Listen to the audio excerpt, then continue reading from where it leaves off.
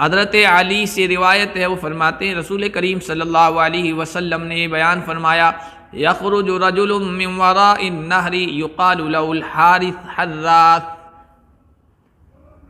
ماوراء النہر سے، نہر کے پیچھے سے ایک آدمی نکلے گا جس کا نام حارث ہوگا، حارث حراث ہوگا،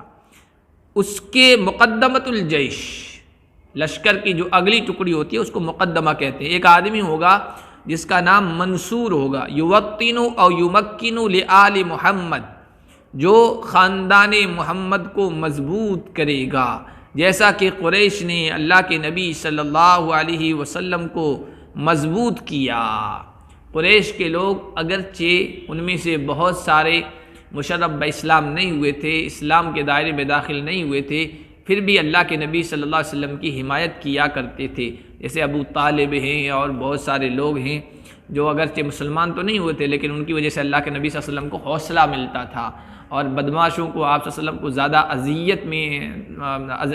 اذیت پہنچانے اور تکلیف پہنچانے کی ہمت نہیں ہوتی تھی۔ اسی لیے جب دیکھیے ان کا انتقال ہو گیا تو اس کے بعد کافروں کے حوصلے بڑھ گئے تھے۔ تو اسی طرح اس آدمی سے بھی جس کا نام حارث حراث ہوگا اور اس کے مقدمۃ الجیش ہراول دستے کا میں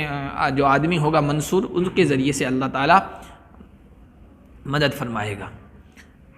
وجب علی کل مؤمن نصرہ او قال اجابتہ،